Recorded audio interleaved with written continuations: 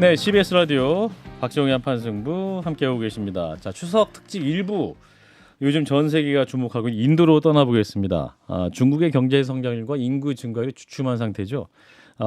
그런 가운데 최근 인도가 중국보다 더 각광을 받고 있습니다. 게다가 세계 최초로 달의 남극에 탐사선을 보내면서 더욱더 화제가 되고 있습니다. 인도가 그랬어? 막 이러면서. 자, 그래서 오늘은 아시아 역사문화 탐구자인 전명윤 씨를 모시고 인도에 대한 궁금증 풀어보겠습니다. 작가님 어서 오십시오. 네, 안녕하십니까. 네, 진 교수님과 안녕하세요. 김수장 인사 네, 나누십시오. 자, 저희가 아시아 역사문화 탐구자 이렇게 소개해드렸습니다. 요거는 작가님이 지으신 명칭. 원래는 이제 제가 여행책을 쓴 걸 시작을 했는데 여행제. 한 3년 전부터 한겨레 칼럼을 연재하면서 아, 뭔가 좀 그럴듯한 게 필요하겠더라고요. 그래가지고서 창조를 하다 보니까 창조. 예, 아시아 역사문화 탐구자로 본인을 창조를. 네, 그렇습니다. 예, 굉장히 멋있어요. 예, 그래서 근데 작가님의 필명이 환타예요. 환타. 네네. 콜라가 아니고 환타. 네. 음료수 환타. 환타 그 환타입니까? 네, 남성분들이 부르면 그렇게 대답하고요. 여성분들이 부르면은 제가 1996년도에 인도를 처음 갔습니다. 그때 24살 때 완전 애였죠. 근데 그때만 하더라도 인도가 이런 나라잖아요. 이렇게 길 가다가 소똥을 밟으면 깨달음을 얻는다거나 그러니까 자아자판기 같은 느낌이었는데 제가 가본 인도는 그렇지가 않더라고요. 이를테면 카스트의 문제들, 여성에 대한 차별 같은 게 많더라고요. 그래가지고 인도의 진짜 모습을 한번 사람들한테 보여주겠다 해서 이제 환상환에 때릴 타짜를 써서 환타라고 했는데 이게 너무 쉬우니까 사람들이 제 이름을 기억하는데 너무 도움이 많이 되더라고요. 이렇게 하면 이제 좀 약간 좀 다른 분들이 물어보시면 이렇게 하고요. 갑자기 이렇게 아저씨들이 물어보시면 환타 좋아해요. 그래서 남자들이 물어보면 별로 이렇게 성의게 답변을 안 하시는구나. 원래 다 그렇지 않습니까? 이거 환상 브레이커 뭐 이런 거네요. 네, 그러다 보니까 이름을 이렇게 짓다 보니까 예. 제가 뭐 이게 시사인에서도 몇 년 연재하고 막 그랬는데 다 남의 나라에 우리가 알고 있는 알지 못한 이상한 이야기만 모으는 사람이 된 거예요. 그래서 그냥 모든 환상을 다 깨고 살고 있습니다. 사실 이제 90년대 하면 예를 들어서 류시아 씨 이런 분들이 어떤 그 인도 깨달음 막 이런 것들이 연결되던 시절이었던 그러니까 것으로 유시화 기억이 씨 나는데요. 인도 담론의 정확한 안티테제 영역을 제가 맡고 있었죠. 네. 네. 근데 원래 그 인도라는 데가 그게 갔다 오면 사람들이 좀 이상해지는 데잖아요. 보니까. 그런 사람들이 많죠. 그러니까 거기 가가지고 이렇게 완전히 그 매료가 돼가지고 인도 대사관에서 문제 제기할 수 있습니다. 아니, 사람마다 달라요. 아니, 인도 그게 가서 아니라 좋은 사람도 있고. 아니 저 그 긍정적인 얘기입니다. 긍정적인 지금 얘기 들어보세요. 영향을 받아가지고 네네. 뭐 영적인 문화 이런데 영향을 받아가지고 돌아와서 예컨대 그 현대 미술에도 영지학이라는 게 있어요. 그것도 러시아의 어떤 여자가 그 인도 방문해가지고 깨달음을 얻어서 그걸 만들어냈고 니콜라이 종교도 루베리치도 아니고. 있고. 예. 예. 그런데 이게 그 뭐 칸딘스키라든지 이 현대 미술가들한테 굉장히 큰 영향을 끼치거든요. 역시 미학 강의가 또 나오기 근데 이게 이제 시작했어요. 우리가 갖고 있는 인도에 예. 대한 환상이죠. 네네. 그래요. 그래서 우리 작가님은 그 인도를 몇 년 동안 이렇게 다녀오셨던 거예요? 96년부터 네. 코로나 때 2년 못 가고는 매년 한 두세 달씩 있었죠. 매년 인도에서 두세 달씩 예. 그래도 뭐 인도에 무슨 매력이 있으니까 가셨을 거 아니에요. 그냥 실현당해가지고 갔어요 처음에 갈 때. 그래도 매년 가시는 건 나름대로 실현을 매년 당하고 계시는 겁니까? 실현을 인도 매년 가도 매일 당하는구나. 생기더라고요 매년. 인도 사람들이 되게 예. 언어의 천재들이에요. 언어의 천재다. 그러니까 인도라는 데 자체가 일단 논리학으로서 모든 사회 시스템이 거쳐져요. 논리학. 그러니까 물론 이 상층 카스트 얘기긴 하지만은 말로서 설득이 되면은 쉽게 굴복을 하고, 그러니까 내가 어떻게 사람 설득하냐가 되게 중요해요. 근데 진 교수님이 가면 그래도 그 어떤 인도로 가야겠다. 인도로 가야겠네. 근데 한국말을 하시잖아요. 힌디를 하셔야지. 힌두어로 딱 하면 충분하죠. 그러니까 흔히 이제 뭐 이런 게 있어요. 이게 인도 분들 뭐 많이 아는 상식 중에 하나가 인도에 가면 이제 여성 성희롱 많이 한다 이런 일이 있잖아요. 그럼 저 같은 경우는 정말 가해자를 잡아서 일단 한 대 이제 좀 윽박을 지른 다음에 좀 인도 분들이 이제 좀 노시는 분들이 많다 보니까 구름처럼 모여듭니다. 그러면 인도에선 싸움이 어떻게 진행이 되냐면은 논증 대회가 펼쳐져요. 그러니까 내가 이 사람이 얼마나 나쁜지를 논증하고 이 사람은 내가 정당하다, 잘못하지 않았다는 논증을 하면은 변호인 측이 다 즉석 승계예요? 인민 재판이 벌어집니다. 그러니까 저 같은 경우 이런 식의 논리를 피죠. 그 여성분에게 성희롱하는 가해자를 잡아다 놓고서 야, 인도와 중국은 아시아 역사 문화의 두 가지 기둥 아니냐. 난 인도를 정말 사랑했다. 그런데 오늘 내가 인도를 사랑한 마음에 스크래치가 생겼다. 왜 얘가 우리나라 여자애들의 뭐 성희롱을 했다. 그러면은 이제 애국적인 인도 분들은 이런 이제 약간의 선동에 의해서 갑자기 가해자를 그분들이 때려주십니다. 신발을 벗어서. 그러니까 이런 것들이 우리나라를 가능하죠. 모욕했어. 너 우리 인도를 모욕했어. 그렇죠. 그렇군요. 자, 인도에 대한 책을 이제 2권이나 쓰셨는데 그 인도의 가장 큰 매년 가게 하는 그 매력 실현 말고 그 언어의 마술사들이 펼친 언어의 향연, 언어의 향연, 그러니까 이를테면 이런 거예요. 별거 아닌 어떤 가게에서 사실 인도 가면 살 것도 별로 없는데 괜히 호객을 해요. 그러면 가기 싫잖아요. 예. 근데 끌려는 가요. 그럼 또 밀크티 한 잔을 줘요. 그 가게에서? 예, 그럼 먹어요. 또 얻어 먹었으니까 좀 봐야 될 거 아니에요. 그러니까. 보고 있는데 살 건 없어요. 그러면 제가 가면서 생각 좀 하고 올게. 라고 인도 사람들은 그냥 장사꾼이에요. 그래, 인간은 늘 생각만 하지. 생각하다 결국 평생 생각하다 죽지. 로 하는데 뒤통수 대고 딱 얘기를 하는데 너무 신선한 거예요. 그 가게 주인장이 그렇게 얘기를 한다. 그런 언어의 유희들 혹은 이제 그들이 만드는 언어의 재간꾼들이 만드는 그 말들의 향연들이 저는 약간 그런데 좀 빠지는 것 같아요. 그리고 이거는 재밌다. 이제 나아가서 재밌으시대 우리 진 교수님 재밌으시대. 비즈니스 측면에서도 보면은 한국 분들은 급해요 일단. 빨리. 많이 급하고 화내고 늦으면은. 근데 인도 분들은 그냥 가게 흥정을 한다 하더라도 일단 앉아요. 차 한 잔 먹으면서 세상 사는 얘기를 해요 주인이랑. 그러다가 한 20분 얘기를 하다가 야 근데 이거 얼마에 줄래? 이러면은 기분 좋으면 이제 주는 거예요. 근데 한국 사람은 다짜고짜 가서 헝치 얼마예요? 깎아줘 비싸 화내잖아요. 그러니까 인도 분들이 느끼기에 늘 저한테 물어요. 왜 너희 코리안들은 그렇게 화를 내니 자꾸 얘기를 하지 않고. 근데 저희 인도는 방송이 주로 화를 내는 분위기예요 전반적으로. 대한민국 정치 시사 프로가 다 그렇죠 뭐. 그렇군요. 그러면 이게 인도와의 외교를 할 때도 그러면 그거를 좀 특성을 알아야겠네요. 그러면 그렇죠. 인도 그러니까, 외교관과의 대화를 할 때도 바로 막 현황 가는 게 아니라 밀크티를 마시면서. 그 원래 유엔에서 회의를 할 때 수건 사업이 2가지가 있답니다. 첫 번째가 인도 외교관이 말 좀 그만하게 하는 거랑 그다음에 한국과 일본 외교관이 말 좀 더하게 하는 거. 맞아. 그렇답니다. 한국과 일본 외교관이 말 좀 더하게 하는 거. 사실 그 이제 해외 그 유학 가 보면. 인도 유학생이 정말 말 많이 하더라고요, 진짜로. 그렇죠. 예. 자기가 몰라도 말을 해요. 그러니까 몰라도 막 계속 뭔가를 말하고 있어. 계속 그냥 중요한 말 아닌 것 같은데. 자, 일단 본격적으로 인도에 대해서 알아보겠습니다. 재밌네요. 우리 진 교수님도 집중 더 잘하고 계신데, 진 교수님 첫 번째 질문 한번 해주실까요? 예, 그 본격적으로 이제 인도에 대해서 알아보기로 하죠. 인도 면적이 근데 면적이 서유럽만 하다고요? 면적이? 그러니까 330만 평방 킬로미터인데 이제 대한민국이 10만이잖아요. 이게 과거 옛날에 그 14개국 정도 있을 때 EU 정도의 사이즈예요. 그러니까 북유럽부터 스페인까지, 그다음에 동쪽으로는 독일까지, 서쪽으로는 영국까지 정도의 면적이 350만 평방킬로미터예요. 근데 인도가 330만 평방킬로미터니까 딱 서유럽만한 사이즈죠. 거기 언어가 또 엄청 다양할 거 아닙니까? 언어는 이제 국가에서 기본적으로 정한 게 28가지고요. 공용어가. 그러니까 이제 가장 중요한 우리가 이제 인도어라고 알고 있는 건 힌디예요. 힌디. 근데 힌디라는 말은 북인도에서만 쓰는 말이에요. 그러니까 인도는 딱 가면은 대부분의 인도 사람들은 3개국어에서 4개국어를 합니다. 이게 무슨 개념이냐면은 우리 동네 말, 우리 윗동네 말, 우리 아랫동네 말, 옆동네 말이면 이미 4개국어에 영어도 하면 5개국어예요. 근데 힌디를 좀 얼마나 많이 쓰냐? 퍼스트 스피커랑 서드 스피커까지 다 합치면 한 6억 대요. 14억 중에. 그럼 그 외의 사람들은 지역어를 쓰는 거죠. 사투리가 엄청 많군요. 그러면 근데 지역 큰 방언. 틀에서는 이제 아리안계 언어와 드라비디어 계 언어로 나뉘는데 남부 사계 지역이 드라비디아 계 언어를 써요. 이건 완전히 달라요.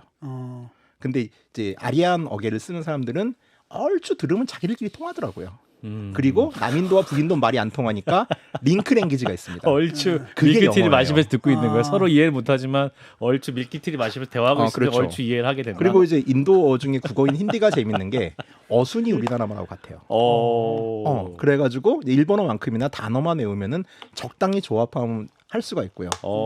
나아가서 그러면은 우리도 이제 영어 할 때 머릿속에서 어순 생각하잖아요. 그렇죠. 물론 이제 교수님들이야 뭐 이제 자연스럽게 나오겠지만은 저는 늘 어순 생각하거든요. 네. 근데 인도 분들도 어순이 우리랑 같다 보니까 어순이 헷갈리는 거예요. 아하. 가장 완벽한 콩글리시가 인도에서 아주 잘 통합니다. 아하. 근데 사실 영어라는 게 예. 우린 주눅이 들어 있잖아요. 맞아요. 그러니까 프랙티스 찬스가 없었잖아요.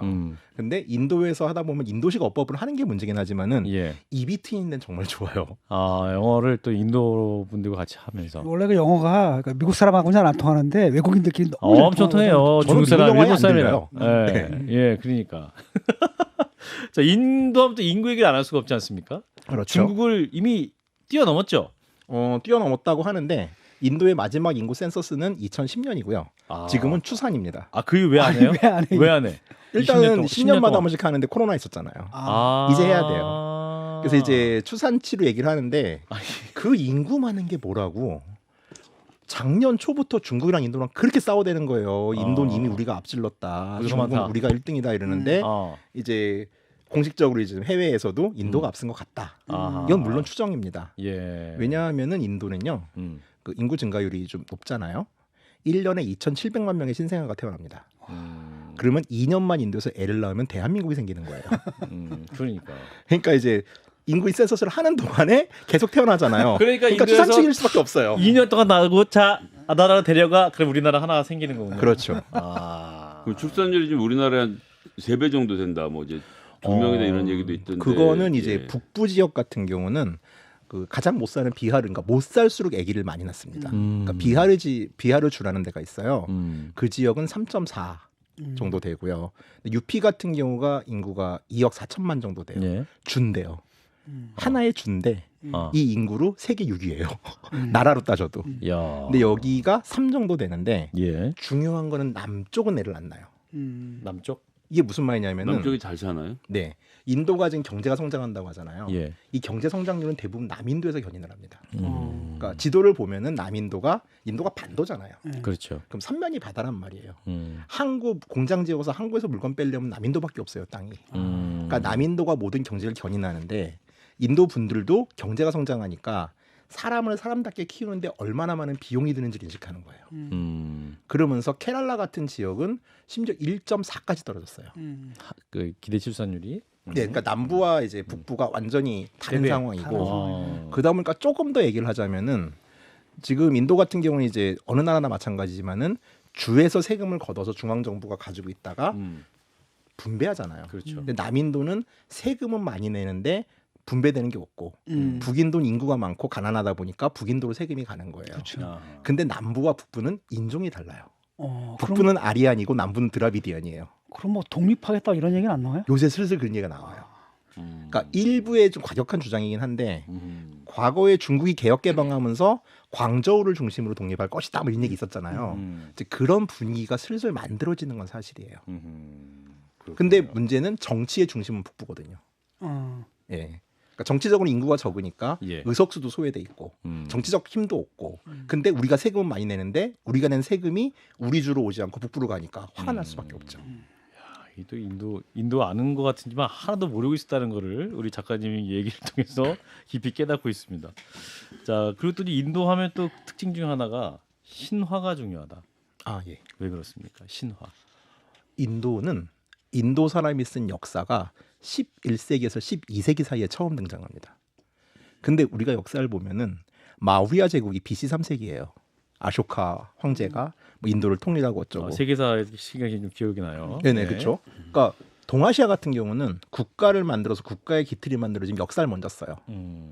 근데 인도는 그런 전통이 없어요. 역사 안 썼다? 그럼 그 전통이 왜 없냐? 자, 인도인들의 관점에서는 신들의 1년은 인간의 300년이에요. 시간의 관념이 다른 거구나. 그렇죠. 하루가 1000년 같잖아요. 그렇죠. 예. 그러니까 인도 사람들이 보기에는 인간의 역사를 기록하는 거는 바닷가에 모래알을 헤아린 것처럼 의미가 없는 일이다. 라고 해서 신화를 씁니다. 신화. 그래서 인도 역사에서 가장 큰 이제 좀 맹점 중에 하나가 뭐냐면은 그러다 보니까 국가가 만든 편찬한 1차 사료가 없어요. 그러니까 왕조가 만든 사료도 없다. 왜 우리가 인도사를 공부할 때 현장 스님이 쓴 대당서역기나 왕 오천축국전이 왜 중요하냐면요. 그게 1차 사료예요. 그 이 텍스트 기행문 안에서 역사적 사료를 추려내 가지고서 재배열하고 고고학에서 나오는 성과들 가지고 역사를 만들어내는 거예요. 그러다 보니까 좀 과장된 역사들도 많고 그리고 이제 인도의 신화에서도 그러니까 사람들이 여기서 이제 민속학 정도는 추출해낼 수가 있는 거죠. 하지만 실질적인 왕조사 같은 것들은 등장하지 않아요. 다 외국인이 쓴 기록들이에요. 그러니까 약간 안개 속이죠, 역사가. 그럼 지금도 그런 생각들을 여전히 갖고 있나요? 기본적으로 종교 사회다 보니까 완전히 배제했다고 보기 힘들어요. 그러다 보니까 인도 사람들은 어떤 사물에 대해서 정의를 얘기할 때 우리는 막 한강이 있어요. 그럼 한강이 몇 킬로고 폭은 몇 미터고 가장 최대는 어디고 북한과 마주보고 이렇게 설명하잖아요. 인도 사람들한테 겐지스강을 설명하라고 그러면은 겐지스강은 신화에 의하면 바기라띠 왕이 고행을 했는데 이 고행하는 왕을 불쌍하게 여긴 시바신이 천상에 흐르는 겐지스강을 지상으로 내려줬어라고 설명을 해요. 그러니까 신화와 역사 그리고 이제 자연과학과 종교학이 섞여 있는 섞여 거예요. 있다. 근데 이 상태에서 많이 공부하지 않은 인도인들은 이 두 가지를 헷갈려해요. 그러다 보니까 왜 우리가 예. 여행을 가건 어딜 가던 현지인이 이런 말을 했어라는 걸 되게 중요하게 여기는데 그건 하나도 중요하지 않은 거죠. 그래서 만약에 이제 진중권 교수님한테 뭐 고창 읍성에 대해서 외국인이 갑자기 어떤 설명을 해달라고 하면은 못 하잖아요. 그렇죠. 한국인인데 하실 수 있어요. 하실 수도 있겠지만은. 예. 근데 그거는 좋은 곳입니다. 예, 좋은 거 있어요. 어느 나라를 가든지 수박이 그걸 좋아. 공부한 사람이 제일 똑똑한 거예요. 제일 많이 아는 거고 현지인이 아는 건 없죠. 이렇게 따지면 뭐 그렇습니다. 왜 서울 사는 사람이 63빌딩 안 가요? 맞아요. 저 남산도 몇 번 안 가봤어요. 타지에 있는 분들이 더 잘할 거예요. 몇 층에 모이는지. 아니 혼자 떠들어도 돼요, 근데? 아, 우리 그런 분위기예요. 여기? 아, 예, 그렇습니다. 아, 예. 예. 근데 그게 신화하고 역사가 구별 안 되면 옛날에 왕조사 뭐 이런 것들이고 어떻게 그거를 다 특정을 거기에 하나요? 왕조사조차 희미하잖아요. 역사 기록이 자기네가 쓴 역사 기록이 없다 보니까. 그러니까 이제 주로 이제 알 수 있는 게 명문. 그러니까 왜 아쇼카 석주가 중요하냐면은 일자 사료가 그건 거예요. 아쇼카가 마우리아 왕국에 있는 경계의 지점이나 부처님 성지에다가 비석을 세우고 기록을 해놔요. 그리고 이제 18세기 이후에 인도학이 생기면서 영국인들이 이걸 발굴하면서 아 여기가 거기구나라고 알게 된 거예요. 그러니까 관심이 없어요 기본적으로. 아까 이 겐지스강이 하늘에서 내려왔다. 네. 줬다 하지 않습니까? 그 겐지스강이 이제 엄청나잖아요. 목욕도 하고 빨래도 하고 막 그렇죠. 그 저희에 말하는 사람들이 막 거기다가 뭐 그렇죠. 뿌리기도 하고 거기다 또- 그물을 마시고 네. 이게 어떻게 가능해요? 왜? 그건 믿음의 눈으로 봐야죠. 왜 그거는 뭐 종교 방송이어서 좀 그렇긴 하지만은 우리도 아, 세례를 받으면서 죄를 씻잖아요. 똑같아요, 사실. 예, 갑자기 종- 기독교인이 되셨습니다. 잘하셨어요. 아니, 그러니까 종교가 그러니까 힌두교의 가장 큰 문제점은 어느 종교가 이제 초창기부터 발전을 하면서 고등 종교가 되면서 윤리성을 떼요. 근데 힌두교는 윤리성을 띌 수 있는 과정을 놓쳤어요. 그래서 힌두교는 윤리 종교가 아니에요. 그 상태에서 쭉 가고 있는 거죠. 하지만 초기의 믿음, 물로 인해서 죄를 씻어준다는 믿음은 사실 유대교, 샘족 종교, 인도 쪽 종교 다 가지고 있는 개념이에요. 근데 이제 그게 그럼 우리 현대인이 보기에 뭐가 다르냐? 인도는 그걸 노천에 전시를 하죠. 자, 대표적으로 코로나 팬데믹 당시에 전시를 한다. 예, 인도 같은 경우는 이제 환자들이 많이 죽어서 길에서 화장을 하고 이걸 뉴욕 타임즈가 드론으로 찍었어요. 얼마나 지옥 같아요. 플랫 에어리어에서 수많은 시체들이 연기를 풀풀 내면서 찍고 있단 말이에요. 그건 외국인이 보기엔 지옥 같은데 예. 인도인들은 늘 사람이 죽으면 노천에 화장을 합니다. 거기는 화장터예요. 그러니까 바라나시에 있는 그 뭐 시체 태우는 거 보셨을 거예요. 다큐멘터리. 예. 그걸 보면서 아 인도의 그장 코로나 팬데믹이 심각하고만이라고 생각하는 사람이 없단 말이에요. 이게 어떻게 보면 우리가 만든 이미지인 거예요. 인도는 관혼상제 태어남과 죽음을 내각의 지붕과 벽으로 감싸지 않아요. 노천에 전시를 해요. 그냥 그런 차이인 거예요. 근데 우리는 현대 문명이라는 것들은 뭐 쉽게 아주 이상하게 얘기하면 화장실도 사면이 벽으로 갇히고 지붕이 있는 곳에서 은밀하게 보잖아요. 예. 인도는 은밀하지 않게. 아, 은밀하지 않죠. 예, 은밀하지 죽음도 않게. 은밀하지 않죠. 아. 사실 지금 우리의 죽음은 우리가 30년 전만 하더라도 가족이 죽으면은 상이라는 붉은 등이 집 앞에 걸려 있었고 진짜로 병풍 뒤에 할아버지가 계셨어요. 돌아가신 할아버지가. 근데 지금 우리 모두 병원에서 죽고 장례식장에서 은밀하게 치르잖아요. 그 차이인 거예요, 그냥. 옛날에 이제 뻥이겠지만 그 친구 중에 이제 그 인도 또 광이 있었거든요. 거기 갔다 오는데 그 친구가 그런 얘기를 하더라고요. 뭐 인도에는 뭐 저 변을 보는데 그 화장지가 필요 없다. 나중에 그 손을 딱 닦고 하면 날씨가 건조해가지고 툭툭툭 털면 된다. 날씨가 건조해서. 야 충격적이다 이걸. 이거 제대로 설명해야 됩니까? 그좀 방송사고 아니겠죠? 아 괜찮아요. 네. 최대한 수위를 잘 맞추셔서. 예. 수위는 뭐 그냥 인도 분들이 뒷물을 하는 건 맞아요. 그리고 그렇게 하는 가장 큰 이유 중에 하나는 우린 수세식 화장실에서 볼일을 보잖아요. 이 물 한 번 내릴 때 얼마 쓰는지 아세요? 물? 20리터쯤 쓰거든요. 와, 그렇죠. 엄청 인도는 쓰죠. 기본적으로 물 부족 국가예요. 그리고 서부는 사막 지역이에요. 그러니까 상수도관을 일단 깔 수 있는 능력이 없고요. 지하수에 의존을 해요. 그러니까 물이 귀해요 일단. 그러네. 그러니까 우리처럼 쓸 수가 없어요. 물수도 쓰면 안 되는군요. 물도 쓰면 안 되죠. 예, 한국은 물 큰일 진짜 나네. 흔하죠. 그 두 번째는 이제 인도 안에서 그럼 왜 화장실이 발달하지 않았냐? 인도 같은 기후에서는 이 변을 모아놓으면은 이게 온갖 병원군의 인큐베이터가 됩니다. 그러니까 사실 인도의 균 유명하잖아요. 콜레라 그거 겐지스강에서 나온 거예요. 그러니까 변을 분리하는 공간이 필요하고 산적을 해놨었죠. 그러니까 사방에다 뿌려놔야 되는 거죠. 건조하니까 말라요, 진짜 마르기는 금방. 물론 지금 화장실을 많이 지었어요. 옛날과 달리. 그렇군요. 절반의 진리는 있네. 그렇죠. 자, 한판승부. 자, 추석 특집. 예, 갑자기 또 위생상에 문제가 있는 것처럼 느껴지시지만 인도 얘기입니다.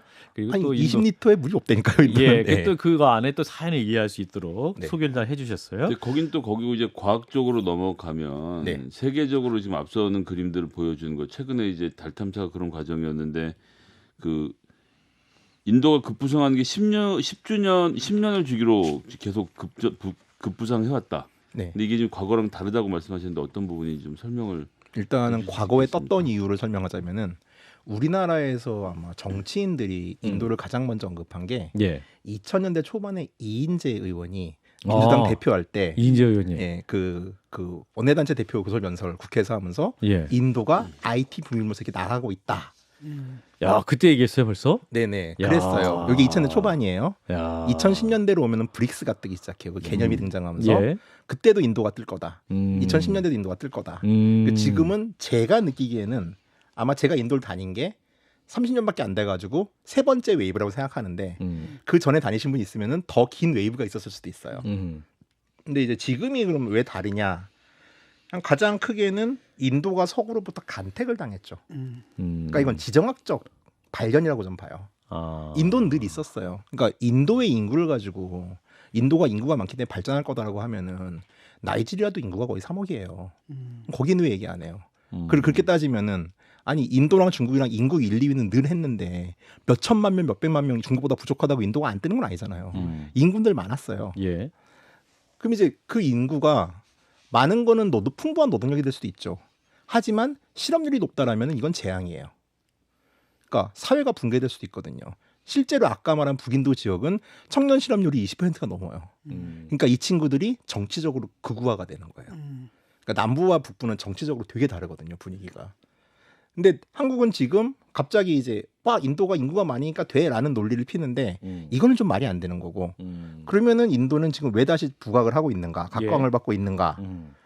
결국은 이제 탈중국을 하고 싶은 서구의 욕망과 그럼 탈중국을 하려면은 혹은 중국의 비중을 줄이려면은 일단 생산 기지가 필요하고 중국만큼 물건을 팔 수 있는 시장이 필요하단 말이에요.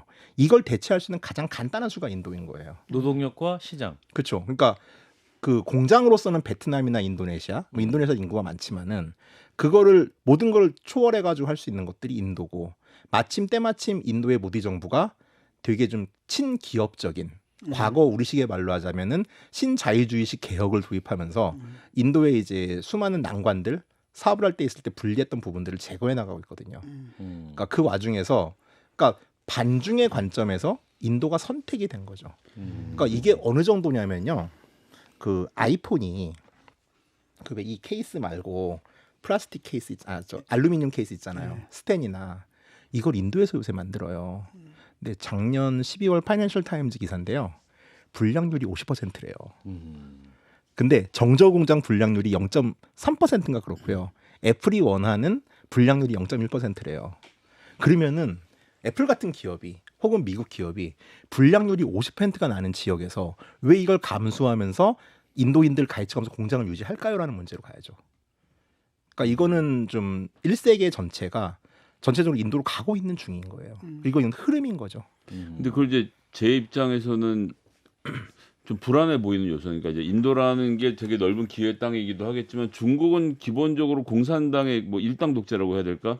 어쨌든 국가 사회주의가 돼 있으니까 당이 딱 정해서 딱딱딱 이거 해. 그러면 뭔가 조직적으로 이루어지는 느낌이 드는데 반해서 인도네시아가 모르고 있지만 민주주의 국가죠. 예, 인도라는 느낌은 뭐랄까 그냥 약간 그런 점에서 좀 무질서한 뭔가 좀 통제가 안 되는 것 같은 지난번 코로나 때도 보면 백신 생산을 인도에 맡겼더니 인도가 서구로 돌려야 될 물량을 아이고 이거 우리가 너무 많이 걸렸으니까 일단 우리가 쓸게요 그냥 자기들 물량을 써버리는 모습을 저희가 봤는데 그런 것에 대한 통제가 좀 어렵지 않겠나. 사업가들 입장에서는 정말 인도가 기회의 땅이 될 수 불확실성. 있을까? 예, 이런 그게 이제 생각이 가장 들더라고요. 큰 이제 문제죠. 그러니까 중국 같은 경우는 공산당이 결정함을 할 수 있고 물론 지금 공산당이 어긋장을 놓으면서 지금 틀어지는 상황이기도 한데 그리고 독재 정권의 가장 큰 장점 중에 하나가 교육의 효율성이에요. 그러니까 중국이나 베트남 같은 경우는 규격화된 교육을 만들어내 가지고서 사람들을 찍어냅니다. 그러니까 공장 노동에 익숙한 정도의 학력들을 가지고서 사람들을 만들어내는데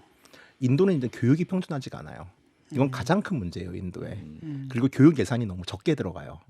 그리고 코로나를 거치면서 인도 교육이 지금 공교육이 얼마나 망가졌냐면은 한 9학년에서 10학년 정도의 아이들 중에 농촌으로 가면은 한 거의 4분의 3 정도가 2학년에서 3학년 책을 못 읽어요. 근데 이거는 인도가 이제 2차 산업으로 지금 많이 해보려고 그러는데 2차 산업에 필요한 인재들은 별 생각 없이 시키는 거 잘하는 사람들이란 말이에요. 특히 이제 개발도상국 안에서 2차 산업들은. 근데 그런 인력의 문제들을 인도가 어떻게 충당할 것이냐의 문제. 그리고 정권이 바뀌었을 경우 우리도 겪지만 그 문제가 있죠. 정책이 뒤집어져 버리니까. 그렇군요. 자, 인도 얘기 우리 환타님과 함께하고 있는데요. 잠시만 쉬었다가 가겠습니다. 네, CBS 라디오 박정희 판승부. 자, 인도 특집 함께하고 계십니다. 자, 그래서 인도가 그래서 지금 달 남극에 탐사선을 보냈다고 그러는데 그 사진을 한번 볼까요? 사진이 혹시 준비가 되어 있으면. 예. 여기가 어디입니까? 달 남극에 내려앉은 착륙선 비크람. 네. 인도 국민도 이거를 보고 엄청나게 열광을 하고 거의 뭐 난리가 났죠. 아, 난리가 났어요. 3일 정도. 아, 3일 정도. 예, 제가 1999년도에 예. 인도에 또 있었는데 예. 그때 인도가 핵실험을 했어요. 아. 저를 보는 모든 인도인들이 예. 너네 나라 핵무기 있냐요. 없다. 그러면 모든 대답이 인디아 이즈 베리 스트롱 이러고 가는 거예요. 아하. 그걸 한 3개월 시달리니까 노이로제가 걸리는 거예요. 아. 축하한다는 말도 더 이상 못 하겠고. 아. 그래서 너무 화가 나서 옆 나라인 파키스탄을 갔어요. 아, 파키스탄도 같이 핵실험을 같이 했더라고요. 핵실험했잖아요. 뒤에 네. 파키스탄도 갔더니 너네 나라 핵무기 있냐요. 아. 없다. 그랬더니 파키스탄 이즈 베리 스트롱 또 이러는 거예요. 아, 그게 지금 나라의 그 상황입니다, 의미가 되기도 하는구나. 그래가지고 우리도 북한에 핵무기 있어 이렇게 자랑하기도 뭐하고. 우리는 이웃에 있다. 뭐 그럴 수 있죠. 예. 예, 저 옆에 사진 하나 더 보여야 되는데 저거는 어떤 사진인가요? 이거는 찬드라얀 3호가 착륙한 사진인데 이 사진이 무슨 컴퓨터 그래픽 같아갖고 좀 뭔가 비현실적인 그런 느낌이 네, 나긴 하네요. 예. 중계 방송을 하는데 카메라 예. 가지고 중계 방송을 못 하잖아요. 그래서 실제 중계 방송은 이제 저런 식의 화면으로 구성이 돼서 했었어요. 아. 그러니까 데이터를 가지고 만드는 거죠. 데이터 가지고 이제 그림을 만드는. 근데 어떻게 인도의 우주 기술이 저렇게까지 난가요? 사실 저는 잘 모르고 있었거든요. 솔직히 말해서. 인도가 인도 원래 공대. 수학 잘하잖아. 수학하고. 인도 공대. 예. 지금도 실리콘밸리에 있는 사람들은 뭐 대부분 다 인도 사람들이라고 들었거든요. 인도에서 잘하는 사람들이 저는 다 실리콘밸리로 간 줄 알았는데 인도에도 수많은 저런 인력들이 있기 때문에 저런 개발이 가능한 거 아닙니까? 지금 뭐 일단은 50년대에 초대 수장인 자와할랄 네루 시절에 원자력부 안에 우주개발연구소를 만들었어요. 그러니까 50년대 말부터 정책적으로 우주 기술을 키웠고요.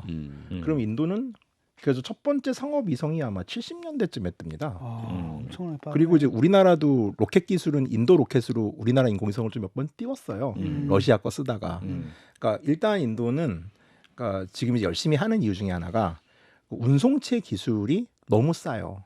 그러니까 스페이스X나 아니면 딴 걸 띄워서 하는 것보다 인도가 훨씬 싸거든요. 그래서 실제로 인도가 2014년에 망갈레안이라고 화성 궤도선을 띄운 적이 있거든요. 예. 그때 이런 얘기를 합니다. 우리는 세계 최초로 뭘 하진 않는다. 다만 세계 최초의 20분의 1 가격으로 할 수 있다. 아, 세계 최초. 왜 싸죠? 예? 왜 싸요? 인건비가? 인건비가 싸고요. 재료, 아. 원자재 값. 그렇죠. 그런 부분들이 있고요. 원자재가 다 그 나라 안에 다 있어요. 그렇죠. 그리고 인도 같은 경우는 처음에 우주 개발했던 가장 큰 이유가 예. 인도는 지금도 농업국가예요. 도시화율이 떨어져요. 예. 상당히. 그러다 보니까 위성 산업을 가장 키웠던 가장 큰 이유 중에 하나가 기후 예측을 해서 띄운 거예요. 왜냐하면 그래야 농업이 되니까. 그리고 지금 같은 경우도 개인 상업 위성들이 하는 일들이 그러니까 우리가 뭐 드론이 하는 일인데 고고도 드론이라고 보시면 돼요. 아, 고고도 드론이다. 우주에 있는 드론이다. 우주에 있는 드론인데 그거 가지고 이제 작황이나 이런 것들을 감시하고 날씨를 감시하고 아. 이런 거에 특화되다 보니까 발사체를 싸게 만들 수 있게 된 거죠. 아. 일단은 되게 많은 시행착오를 거쳐가지고 어마어마하게 로켓 시험을 많이 합니다. 그렇군요. 그 이제 IIT 인도 공대 네. 관련한 다큐를 좀 본 적이 있는데, 그러니까 우리나라 카이스트 같은 수준의 공대가, 그러니까 서울 공대 같은 수준의 공대가 인도에만 15개 내외가 있다. 그러니까 IIT가 이제 브랜치가 있어가지고 예. 이제 IIT 깐푸르가 제일 유명하고요. 예. 깐푸르는 도시 이름이에요. 그다음에 IIT 하이드라바드, IIT 마드라스. 세종 해가지고. 캠퍼스 무슨 뭐 그런 그렇죠, 캠퍼스 그렇죠. 비슷하게. 근데 어찌 됐건 이제 인도가 그럼 왜 IT 예. 혹은 이쪽으로 잘하냐? 몰입할 수밖에 없냐? 그러니까 인도인들이 뭐 잘났다라는 거는 사실 그건 결과론적 얘기고요. 일단 인도는 92년도에 경제 개방을 합니다. 그러니까 그 전까지는 사회주의 경제였어요. 계획 경제였어요. 나 90년에 개방을 했는데 그럼 산업을 해야 될 거 아니에요. 네. 산업을 해야 되는데 인도는 지금도 그렇지만은 인프라가 안 좋아요. 전기도 잘 끊어지고. 그러니까 대규모 공장을 굴리려면 일단 전기가 안정적이어야 되고 예. 물이 풍부해야 되는데 이 두 가지가 부족합니다. 도로망을 통해 가지고 물건을 보내야 되는데 항구 적화 시설이 부족해요. 그러니까 인도에서는 이렇게 생각한 거죠. 야, 2차 산업은 해보려니까 돈이 너무 많이 든다. 예. 그럼 어떡하지? 야, 저 서양에서 컴퓨터라는 게 있다는데 저건 한 대 사면은 8교대로 3명이 굴릴 수가 있어. 저거 이득이겠는데? 가 된 거예요. 시작은 그래요. 예. 그러니까 2차 산 인도는 그래서 90년대, 2000년대 초반까지 우리는 2차 산업을 건너뛰고 3차 산업으로 가겠다라고 선언한 나라예요. 근데 문제는 3차 산업의 가장 큰 문제가 대규모 고용을 불러일으키지 못합니다. 그렇죠. 예, 3차 산업은 뭐 공장에서 이렇게 뭐 대규모 고용해가지고 할 수가 없잖아요. 근데 인도가 인구는 늘어나요. 그러니까 사실 인도 인구가 많은 게 지금은 이제 우리가 축복이라고 하는데 인도는 산하 제한 정책을 실패한 결과인데 이 실패의 결과물이 지금 와서 축복이 된 되게 아이러니한 상황이에요. 오히려 산하 제한 정책이 실패를 해서 그러니까 인도도 당연히 그게 인구가 많은 게 좋은 건 아니잖아요. 매겨 살려야 되는데. 예. 예. 자, 판타님과 인도에 대해서 얘기하고 있는데 이제 인도가 더 이제 정치적 외교적으로 요즘 또 무게가 커졌어요. 그래서 미국과의 관계도 부쩍 가까워졌는데 트럼프 때도 쿼드를 결성하더니 바이든 때는 또 모디를 만납니다. 바이든이 모디가 최근에 아주 했었죠. 예. 위풍당당하게 국빈 초청 받았었고 어떤 의미가 있을까요? 일단 아까 말씀드렸다시피 음. 이제 그 서구 사회의 재발견, 그러니까 미국의 인도 발견, 그리고 바이든이 미국에 국빈 방문했다는 가장 큰 의미는요. 인도를 좀 들여다본 입장에서는 사실 바이든이 인도 총리하기 전까지는 EU와 미국의 블랙리스트였습니다. 못 갔어요. 입국 거부자였어요. 바이든이? 아니, 모디가 죄송합니다. 예. 예. 그러니까 2002년도에 있었던 학살 사건이 있었는데 예. 이 사건의 주범으로 올리면서 입국 금지였던 사람이 국빈에서 간 거죠. 그러니까 그래서 바뀌는 인도의 위상들 그리고 모디 개인의 변화 같은 것들이 있었고 이제 쿼드 얘기를 좀 해야 되는데 예. 요새는 이제 모든 나라들이 우리가 인도 태평양 국가다라고 해요. 원래 아시아 태평양이었잖아요. 맞아요. 이 개념을 처음 만든 거는 사실 한국에서는 이제 죽은 일본의 아베 수상을 뭐 혐한 논자 정도로 폄하를 하는데 이게 사실 아베 유산이거든요. 그러니까 홋카이도에서 G8을 할 때, G7을 할 때 인도 태평양이라는 개념을 처음 만들어내요. 그리고 인도를 국빈 방문해서 두 바다의 만남이라는 명연설을 합니다. 여기서 인도양과 태평양이 만나고 우리 같은 민주주의 국가들끼리 번영을 누려야 된다. 란식 개념을 잡아요. 그러다가 트럼프 행정부가 등장하고 나서 이제 새로운 국정 과제로서 대외 정책 과제를 만들어야 되는데 이때 일본에서 아베가 했던 인도 태평양이라는 개념을 씁시다라고 해가지고서 이건 실제로 기사에도 나온 얘기예요. 그래가지고 그 개념을 따옵니다. 그래가지고 아베가 죽었을 때 인도나 이쪽에서는 되게 기사가 크게 나는 거예요. 그러니까 저도 뭐 한국에 있으니까 사실 그렇게까지 몰랐을 거 아니에요. 예. 그래서 보다 보니까 인도 같은 경우는 그러니까 인도란 나라를 쿼드에 편입시켜주고 서구로 가는 방향을 잡아준 걸 아베로 보더라고요. 인도에서는. 예. 인도 왜 이렇게 인도에 아베는 왜 이렇게 인도에 관심이 많았고 이렇게 그 접촉을 함께 연결했을까요? 아베 자서전을 근거로 추정을 해보면은 일단 아베는 개인적으로 2000년대 초반에 중국에서 있었던 반일 시위에 되게 충격을 먹었다고 해요. 그러니까 그때 이제 좀 저도 좀 깜짝 놀랐던 것 중에 하나가 중국이 개혁 개방을 하면서 이제 덩샤오핑이 일본을 방문해서 파나소닉 사장을 만납니다. 예. 그래서 전자산업을 하고 싶다라고 해서 텐진에 있는 TV 불안광 공장이 사실 이제 그 중일 수교 혹은 중일 경제 협력의 교두보 같은 지역이었어요. 근데 그 당시 반중 시위 때 이 공장이 시위대의 공격을 받거든요. 근데 이게 일본 사회에서는 이게 충격이 되게 컸어요, 사실. 그리고 이제 그러면서 일본은 그때부터 이제 좀 많이 뺐죠, 사실. 그리고 그 빈 공간을 한국이 한 15년 정도, 이제 한 20년 정도 소위 말해서 이제 진짜로 꿀을 드셨죠. 그래가지고 일본은 이제 기본적으로 중국에서는 빠질 생각을 한 상태에서 예. 대체제를 찾았고 그 대체제로서 이제 인도를 발견했던 것 같아요. 그리고 일본이 아베의 빨리 발견이 발견했군요. 서구에 발견이 된 거죠.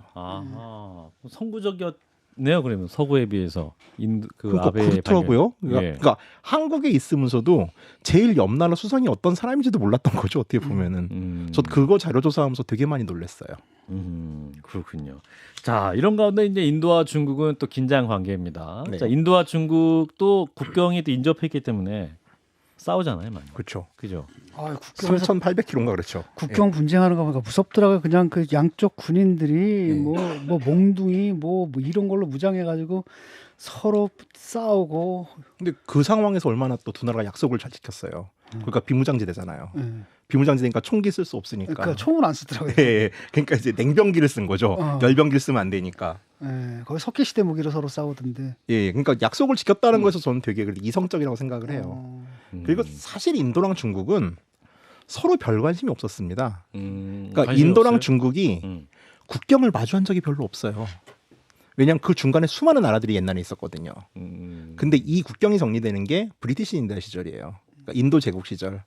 청은 청나라대로 수많은 이제 그 실크로드의 국가들을 점령하면서 예. 티베트를 점령하고 히말라야와 경계선을 이루게 되고요. 그다음에 이제 영국 같은 경우도 인도 전 지역을 점령하고 뭐 미얀마까지 점령을 하잖아요. 그러니까 히말라야라는 장벽을 두고서 두 나라가 국경을 맞이한 거는 영국 제국 시절이에요. 영국의 지배하에 있던 인도 제국 시절이었던 거죠. 그러니까 그 전까지는 서로 놀라울 정도로 교류를 안 해요. 심지어 징기스칸의 대원정에서도 인도는 제외됩니다. 이 얘기를 하려면 인도의 지리적 상황을 좀 아셔야 되는데 인도는 그러니까 짧게 할게요. 인도는 북쪽이 히말라야예요. 예. 그다음에 동쪽은 정글인데요. 이게 미얀마랑 이어져요. 1년에 비가 10,000mm 와요. 아니 통과할 수가 없네 그냥. 네, 말을 그리고 타고. 군대 끌고. 삼면은 바다예요. 그러니까 대항해에서 이전엔 갈 수가 없어요. 서쪽에 사막을 가지고 잠깐 침략이 가능해서 알렉산더가 인더스강까지 오게 된 거예요. 네. 그러니까 그 통로를 제어하고 인도를 쳐들어갈 방법이 없어요. 그러니까 인도 입장에서는 몽골 기병들도 페르시아까지는 갔지만은 우회해서 인도까지는 안 들어온 거죠. 그만큼 중국의 역대 왕조와 인도는 거리가 멀어요. 지리적인 요인도 있군요. 그러니까 어떤 면에서는. 그렇죠. 인도에서 히말라야는 천연 방벽이죠. 그러니까 한니발도 알프스니까 간 거지. 그러니까 인도판이 대륙하고 부딪히면서 우그러지면서 가운데 산맥이 생긴 거거든요. 그렇죠. 또 지구환경 시스템 공학과 우리 그렇죠. 예. 김성애 소장님의 특기가 20분 만에 나왔습니다. 근데 다 고등학교 때쯤 배운 걸로 먹고 살지 않나요? 네, 그렇습니다. 네. 아유, 그래서 먹고 살 게 없어요. 대학 때 배운 건 기억 안 나. 맞아요. 저 탐구 생활 이런 거 기억해요. 지금도. 예, 방학수 열심히 대학 때 하셨군요. 입시를 쳐야 돼 그래야지. 자, 인도가 그럼 이제 잘하는 것과 못하는 거 요거를 좀 또 얘기를 해보면 좋을 것 같은데. 자, 근데 인도가 이제 그 뭐 살짝 그 인프라 얘기 좀 했습니다, 그죠? 인프라 얘기 좀 했는데 그 병원이 없다, 뭐 이런 얘기도 있어요. 의사가 없다, 맞습니까? 아니요, 그렇진 않습니다. 의료 민영화가 돼가지고서 이제 국영병원과 민영병원의 차이가 너무 많이 나고요. 그러니까 국영병원은 정말 시골 지역 국영병원을 제가 좀 아파서 가본 적이 있는데 이렇게 매트리스에 누가 변을 보셨더라고요. 그래가지고 병원에서 거기 누우라는 거예요. 난 못 눕겠다. 눕지 않으면 진료를 해주지 않겠다. 뭐 그런 이제 게 있고요. 근데 그 치우진 않고요. 그게 아마 이제 면보가 없었을 거예요. 아마 물량이 딸려서. 그리고 이렇게 뭐 모기가 한 50마리가 날아다니는데 여기 누워 있으면 말라리아 걸리겠는데라는 생각이 들더라고요. 국영병원은 지금도 시설이 안 좋아요. 그리고 이제 국영병원은 명목상의 돈만 받고 되게 저렴합니다, 진료비가. 그래서 우리가 착각하는 게 뭐 어떤 나라가 무상의료를 한다. 이를테면 쿠바, 부탄 같은 경우 실제 가보면요, 병원 숫자가 없어요. 일단 의사를 만날 수가 없어요. 그러니까 그 상태에서 무상의료는 의미가 없는 거죠. 그 이제 만날 수 없다는 말씀하시니까 또 하나 생각나는 건, 어쨌거나 저도 이제 미국에서 있어 보면 조금 전에 말씀하셨지만 실리콘밸리 중심으로 해서 인도 엘리트들이 엄청나게 많이 있어서 왜 이게 느낌에는 인도에서 공부 좀 한다 싶은 사람들은 전부 다 외국에 나가 있을 거예요. 맞습니다. 뭐 영국이나 미국 이렇게 많이 나가 있으면 인도로 돌아간 사람들이 있을까? 그런 문화에서 이미 살아버리면 다시 귀국이 가능할까? 이런 생각이 들어서 해외 안 갑니다. 인력이 유출 안 들어와요? 안 가요. 안 들어와요. 그러니까 이걸 설명하려면은 몇 가지 설명해야 되는데 괜찮아요. 설명해 보세요. 인도인들은 동아시아인에 비해서 애국심이 옅어요. 얕다. 애국심이 옅다. 옅어요. 이 말이 무슨 말이냐면은 자, 인도 사람들은 미국이나 영국에 가가지고서 리시 수낙도 지금 영국에서 총리하고 있고 뭐 실리콘밸리 수많은 CEO들이 다 인도 사람들이잖아요. 예. 이게 가능한 가장 큰 이유는 우리는 단지 이 사람들이 영어가 되기 때문이라고 생각하는데 가장 중요한 건 애국심이 났습니다. 이 증거가 뭐냐면요. 인도인에 벌어진 국방기술 유출 사건이 한 건도 없어요. 우리나라에 중국이나 한국 사람은 하죠 그런 거를 애국심 때문에. 인도인들은 그 안에 안착을 하면은 그 나라 사람이 되려고 그래요. 펜타곤에 일단 취직했다. 예, 그러면 이제 미국인이에요. 한국 사람인데 펜타곤 취직했다 그럼 이 사람은 언젠가는 괜히 그렇죠. 또 국가와 민족을 위해서 그쵸. 뭔가를 중국 빼낼 수 있는 분들도 사람이고 그렇고. 예. 또 중국 이 사람도 사람 조국에 필요해. 조국에 그렇죠. 필요해 하면 또 할 수 있다. 그래서- 그러나 인도 사람은 why? 그렇죠. 그러니까 인도에 지금 수많은 유학생들이 있는데 실제 서베이를 하면은 96%가 돌아갈 마음이 없대요. 재밌네. 그러면 이 돌아갈 마음이 없는 가장 큰 이유 환경. 덥다. 아니요. 비 많이 깨끗한 온다? 환경. 깨끗하지 않다. 사회적 환경. 그다음에 여성과 아이를 키워야 되니까 여성과 아이에 대한 사회적 차별들을 극복하기 쉽다는 그걸 극복하기 위해서 들어가고 싶지 않다는 거예요. 게다가 뭐 카스트 계급이 낮은데 똑똑한 사람들 같은 경우 당연히 미국에 살기를 그런 선호할 것도 테고. 있죠. 그러면 말씀하신 카스트 대로- 그거 아직도 그렇게 센가요? 아니면 공무원 뭐 채용하거나 뭐 이런데 그게 차별 요인으로 작용하고 그러나요? 그거를 일단 다음 질문으로 하고 제가 하던 얘기 더 해도 돼요. 예, 해보세요. 예. 그러니까 인도가 그럼 왜 애국심이 낮냐라는 문제에 있어가지고 인도라는 개념은 지리적 개념이에요. 페르시아에서 봤을 때 인더스강 동쪽에 사는 사람들은 힌두예요. 그러니까 인도는 나라 이름이 아니에요. 정확하게 따지면은. 그러니까 중국은 중국이란 국가들이 확장하려는 의지가 있잖아요. 인도는 확장 의지가 없어요. 왜냐하면 북쪽에 히말라야 있고 동쪽에 밀립 있잖아요. 그 안에서 사는 거예요. 이 안에서 수많은 나라들이 살아요. 그러니까 인도인들은 내가 인도인이라는 의식이 있는데요. 내가 사는 인도가 하나의 나라가 되겠다는 개념이 없어요. 네이션 스테이트 뭐 이런 개념이 없다. 이 개념이 영국 애들이 만들어 놓은 개념이에요. 영국 사람들이. 그 전까지 너무 리버럴했어요. 그러다 그래서 보니까 언어도 많은 거군요. 그렇죠. 그러다 보니까 통일 언어 정책을 인도도 필려고 그랬죠, 당연히. 국가가 일단 말이 통해야지 뭐 커뮤니케이션 할 거 아니에요. 안 돼요. 왜냐하면 인도인들은 여기에 되게 저항을 많이 해요. 그러니까 국가 이전에 자기 지역이에요. 그리고 자기 지역 이전에 내 카스트예요. 그러다 보니까 개인주의가 강하고 애국심으로 엮을 수 있는 여지들이 적어요. 다른 나라에 비해서. 그러니까 외국 입장에서는 성공한 인도인들이 그 사회에 상류층으로 갔을 때 거부감이 없는 거예요. 이 사람들이 배신하지 않을 거니까. 게다가 이제 역사는 없고 신화만 있는 곳이니 딱히 그 나라에 대한 애국심 같은 걸 당연히 뭐 뿌리도 없을 테고. 하지만 본인도 인도인이라는 컨셉 의식이 있는데, 그러니까 아까 전제했듯이 이 인도라는 거는, 그러니까 한국 사람들은 우리가 대한민국인이라고 그러지 한반도 주민이라고 하지 않아요. 근데 인도라는 개념은 한반도라는 개념이에요. 쉽게 말해서 지리적 개념인 거죠. 자, 그리고 카스트. 카스트. 그러니까 재밌는 게 그런 거란 말이죠. 만약에 이제 카스트 계급이 있는데 예컨대 정부 같은 데서 공조직에 딱 들어갔는데 내 상사가 나보다 계급이 낮은 놈이야. 네. 뭐 이런 일이 있을 수 있나요? 자, 뭐 충분히 많죠. 자, 일단 이 카스트 얘기를 하려면은 안베드카르라는 사람에 대한 얘기를 해야 되는데, 예. 이분이 인도 초대 법무부 장관 출신이고 불가 촉천민 출신입니다. 그러니까 이분은 아버지가 세포이였어요. 영국 군의 군인이었죠. 그래서 좀 별 차별 없이 자랐고 너무 똑똑해서 후원금을 받아가지고 유학을 갔는데 예. 여기서부터 이제 카스트 문제가 생기는 걸 자기가 느끼는 거예요. 그리고 이제 돌아왔는데 바로다라고 하는 아주 작은 왕국에, 이 작은 왕국 개념을 이해하실지 못하실 수도 있는데 영국 식민지 시절에 영국이 직접 통치하는 지역이 있었고요. 그 외에 국방군과 외국군을 뺀 상태에서 번왕국으로 유지했던 나라들이 있는데 이게 360개였어요. 인도 독립 당시에. 그러니까 인도는 기본적으로 지역주의예요. 그러니까 일본하고 똑같다고 보시면 돼요. 47개 도도부현이 지금도 개성을 가지고 있잖아요. 인도는 그게 한 500개 돼요. 500개. 그러니까 한국 사람 개념으로 통일 집권 국가, 그러니까 중앙 집권 국가를 통일신라 이후로 유지했던 대한민국과는 완전히 다른 나라 시스템이에요. 그러니까 일본이랑 비교하면 되게 이해하기 쉬워요. 일본은. 인도는. 아무튼 이 사람이 이제 차별을 받아서 어느 정도였냐면은 재정부 장관이 됐어요. 그 지역 왕국에. 근데 이 하층 카스트가 장관이라고 결제를 받으러 안 오는 거예요.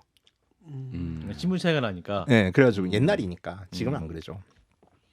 그래가지고 이 사람이 복도에서 결제를 하고 상층 카스트인 이제 1급 공무원과 2급 공무원들이 결제를 받으러 가다가 오염될 수 있으니까 그 사인을 받는 중간 카스트를 하나 고용해가지고서 어레인지를 해주는 거죠. 서류를.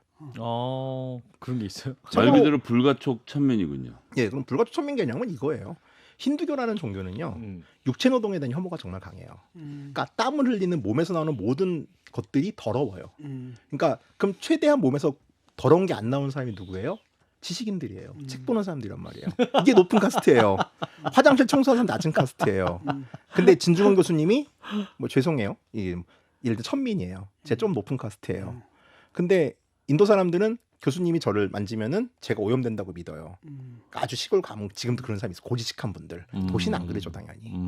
그러면은 어떻게 인사를 악수 못할 거 아니에요. 그래서 나마스테가 된 거예요. 이게 멋있는 게 아니에요. 너나 만지지 말아라예요. 너나 누군지 모르니까 나 만지면 오염된다 저리가 나마스테가 된 거죠. 그러니까 접촉에 대한 깊이가 힌두교에서는 되게 중요해요. 아무튼 안베드카르 박사 얘기로 넘어가면은 이분은 결국 자기가 천민인 거를 각성을 해요. 그리고 나서 이제 간디랑 같은 시대 사람인데 예. 간디와 싸우죠. 간디는 상층 카스트 사람이기 때문에 이 천민 문제를 중요하게 안 봤어요.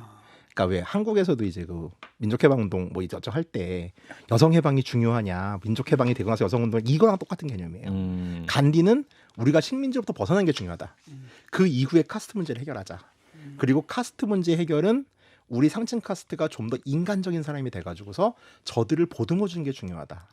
그래서 말을 만들어요. 하리잔, 신의 아들. 그러니까 천민은 이제 천민이 아니야. 하리잔이야, 신의 아들이야. 죄송합니다. 제 CD가 주책이라. 네. 신의 아들이라면서 본인이 직접 화장실 청소를 한다거나 불과도 천민 고아를 양손녀로 맞이하거나 이런 일을 해요. 근데 안베드카르가 보기에는 너무 가짜는 거예요. 그쵸. 저 상층 카스트 녀석이 놀고 있네.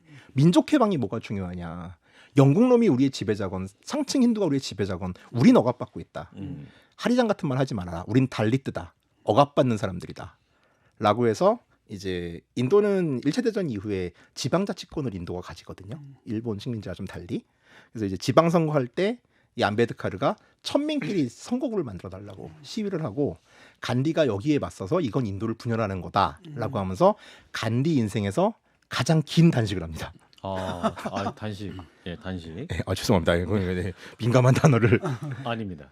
예. 그러다가 이제 역사라는 게 간디는 죽잖아요. 암살당해서. 안베드카르는 초대 법무부 장관이 돼요.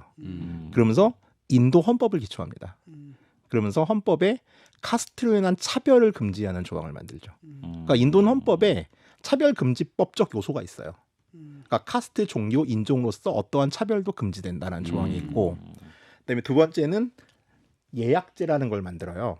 그러니까 아까 말씀하셨다시피 인도는 가면은 대학을 가거나 공무원이 됐을 때 하층 카스트 쿼터가 있어요. 이게 35에서 40%예요.